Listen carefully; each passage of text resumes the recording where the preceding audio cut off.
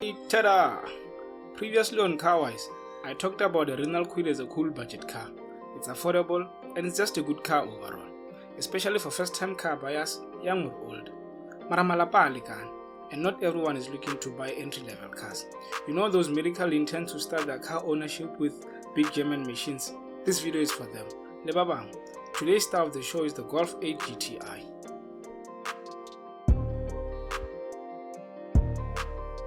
Welcome to CarWize, a channel to help you choose your car wisely. In this video, I'm going to share with you the in-depth review of the latest Volkswagen, the Golf 8 GTI.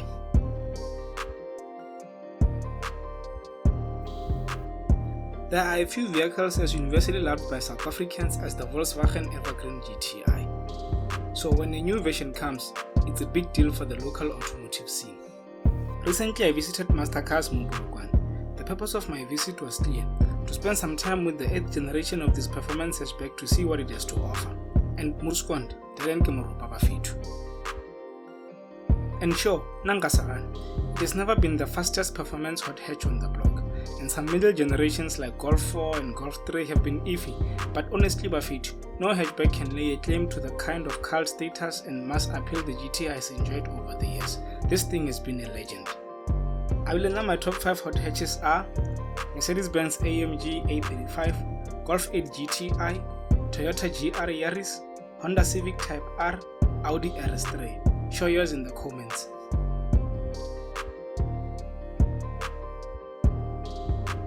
Back to the GTI. Classy yet classless, with its lovable blend of raw acoustics, driving excitement and everyday usability. I think the GTI is to hot hatches what the Porsche 911 is to sports cars. I don't want to sound like Gerata Kupu, but jealousy Leona Ipadil.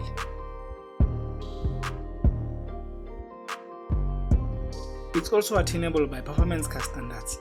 Although the price tag of this particular car is 850k, is perhaps stretching things a bit. Malaru Chomuri Chilite will get to finances a bit later in the video.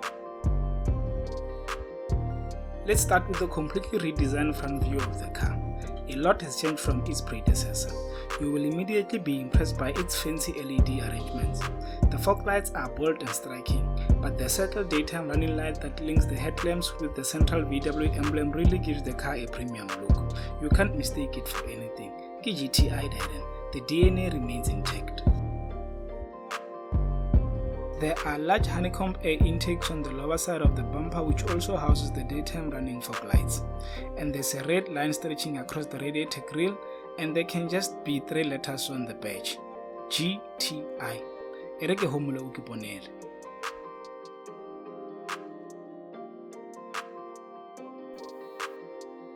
The side profile hasn't changed a lot. In fact, you can spot a few similarities between Golf 7.5 and Golf 8. She sits on size 18 Bergamo alloy wheels, but you may opt for a set of size 19 Adelaide rims which will see you pop out 12k more. But I think to myself, why would you want to compromise the ride quality with bigger wheels? For the looks, Bafiju, Ankamban. The subtle red GTI badge on the fender goes unnoticed, and the wing mirrors are fitted with turning signals. The side skirts complete the side profile. I think it looks good. The rear view is always my favorite view. Always and everywhere, I must say. But as Tumelo, let's review the GTI. The roof spoiler and the chrome-plated tailpipes are essential features. The GTI badge is now positioned at the center of the boot, and above it is a new VW badge which has a reverse camera underneath. The LED tail lights cluster round of the unique appearance. Perfect chic magnet this one. Whether you prefer my yellow bone or whatever,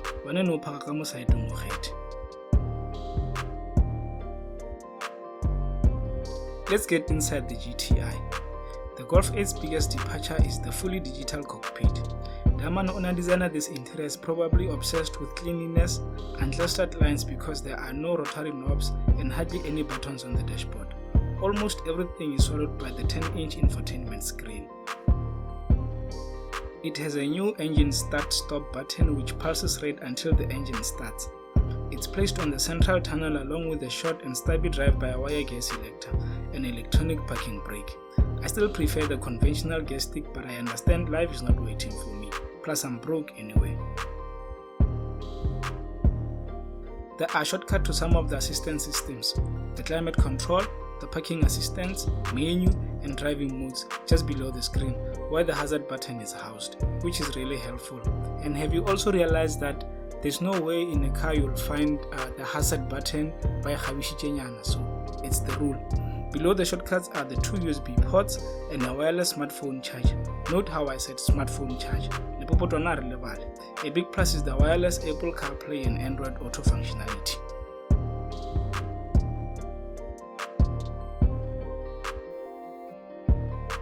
The one-piece leather sport seats are standard and very comfortable, plus they're electrically adjustable. Stepping into the back, the rear legroom is a bit on the tight side, but it should be perfectly tolerable for around town trips.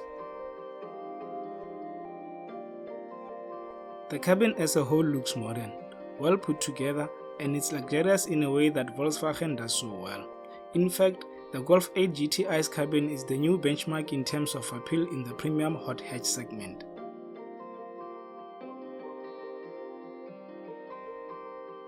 And the 374 liters boot space is par for the course in this segment as well.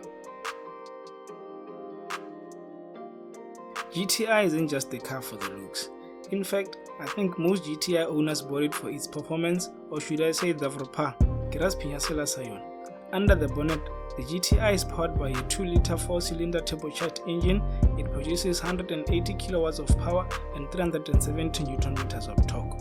And yes, rivals like Hyundai i30N are technically more powerful, but mina Kabanguti GTI is faster. I don't know, I just feel like that. Sure, I'm not speaking heart-stopping acceleration, but this car satisfies with its ultra throttle and brisk. VW claims it can just take 6.4 seconds to get to 100 km per hour.